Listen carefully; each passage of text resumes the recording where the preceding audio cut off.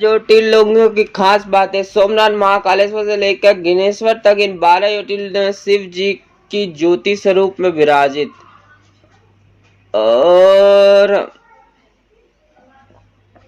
12 मंदिरों को ज्योतिर्लिंग कहा जाता है। सोमनाथ, मल्लिकार्जुन, महाकालेश्वर, ओमकारेश्वर, केदारेश्वर, भीमालेश्वर, विश्वेश्वर, त्र्यंबकेश्वर, वैद्यनाथ, नागेश्वर, रामेश्वर, घुमेश्वर शामिल है।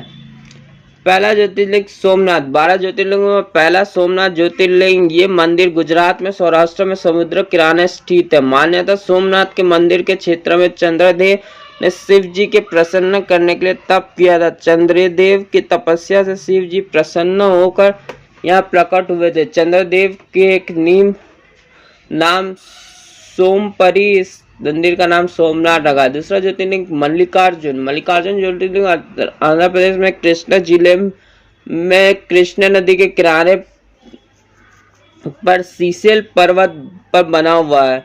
मान्यता मल्लिकार्जुन ज्योतिर्लिंग एकमात्र ऐसा मंदिर है जहां देवी पार्वती के साथ शिव जी ज्योति रूप के में विराजित है। यहाँ दर्शन करने के लिए ही अश्वमेध क्षेत्र का समान पुण्य फल मिलता है। तीसरा ज्योतिर्लिंग महाकालेश्वर। महाकालेश्वर ज्योतिर्लिंग मध्य प्रदेश के उज्जैन में स्थित है। महाकालेश्वर के पास श्री शक्तिपीठ हरसिद्धि मंदिर भी स्थित है। ये एकमात्र दक्षिण मुखी ज्योतिर्लिंग है।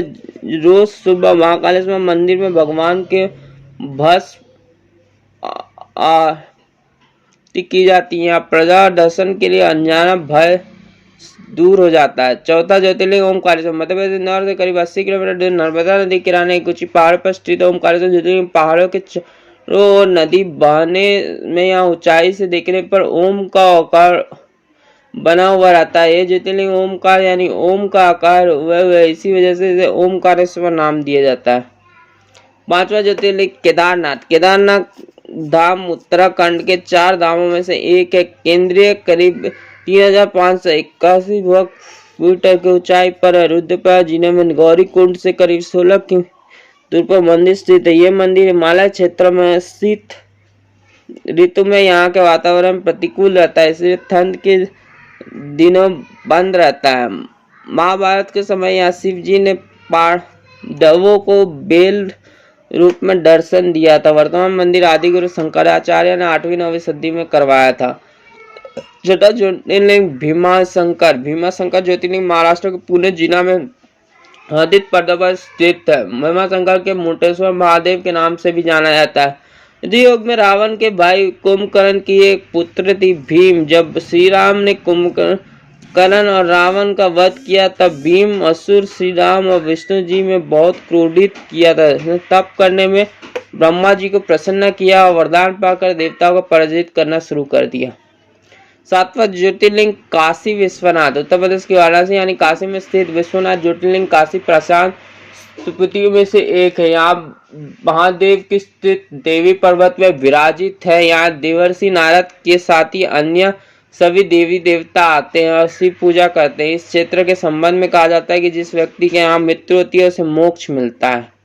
8वीं ज्योतिर्लिंग त्र्यंबकेश्वर। पुणे के नासिक जिला में स्थित है त्र्यंबकेश्वर मंदिर। भारत के पास ही ब्रह्मगिरी पर्वत है। इस पर्वत की गोदावरी में नदी शुरू होती है। मान्यता यहाँ स्थित शिवलिंग में ब्रह्मा, विष्णु और महेश की पूजा की जाती है।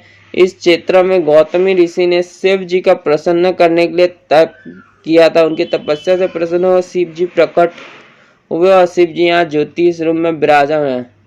9वां ज्योतिर्लिंग वैद्यनाथ।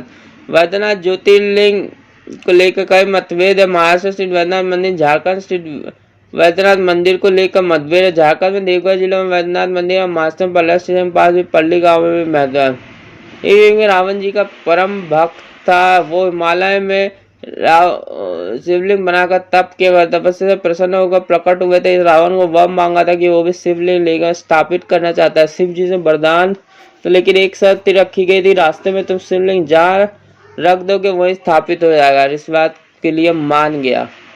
10वां ज्योतिर्लिंग नागेश्वर। ये ज्योतिर्लिंग गुजरात के द्वारका में स्थित है। द्वारका से ही नागेश्वर ज्योतिर्लिंग में दूरी 17 मील की है। शिव पुराण के रुद्र सहित में शिव जी की एक नाम नागेश दुर्कोण बने हैं, यानी कि शिव जी के नावों के देवता नागेश्वर का पुण्य स्थित नाग कहा जाता है। 11वीं ज्योतिर्लिंग रामेश्वरम, ये ज्योतिर्लिंग तमिलनाडु के रामानाथपुरम में स्थित है। ऋतु योग में रावण को वध करने के बाद श्री राम लंका में लौट रहे थे। उसी समय श्री राम दक्षिण भारत में समुद्र किनारे रुके थे। श्री राम के समुद्र तट पर बालू से शिवलिंग बनाया और उसी को पूजा की थी। मान्यता है कि बाद में वो शिवलिंग वज्र के समान हो गया और श्री राम द्वारा बनाए गए शिवलिंग को रामेश्वरम कहा जाता है। 12वां ज्योतिर्लिंग घृणेश्वर, घृणेश्वर महाराष्ट्र के औरंगाबाद के बाद दौलतपुर क्षेत्र में स्थित है। इसे घृणेश्वर या घुमेश्वर के नाम से किया जाता है। पुराने समय में सुधर्मा नाम के ब्राह्मण थे जिसकी पत्नी सुदेहा थी। उसके कई संतान नहीं था, इसलिए सुधर्मा का विवाह अपनी छोटी बहन गुस्मा से करा दिया। इस बार शिव शक्ति शिव जी की कृपा से गुस्मित के पुत्र प्राप्त हुए। बाद में अपनी बहन गुस्मा से जलने लगी थी। जलन की वजह से बहन के बेटे की हत्या कर दी और उसी कुंड में बेटे के शव डाल दिया। जब से उसको मालूम हुआ तो वो दुखी हुए शिव की पूजा करने लगी। शिव जी उसका पूजा प्रसन्न होकर प्रकट हुआ और उसे जीवित लौटा दिया। ग्रीष्मा की जिसे प्रार्थना की थी तब वो विराजमान हो, भगवान उसी के मान लिए और यहाँ ज्योति रूप में विराजमान हो गए। तो ये कहानी है 12 ज्योतिर्लिंगों की। चलिए आप मेरे चैनल को लाइक शेयर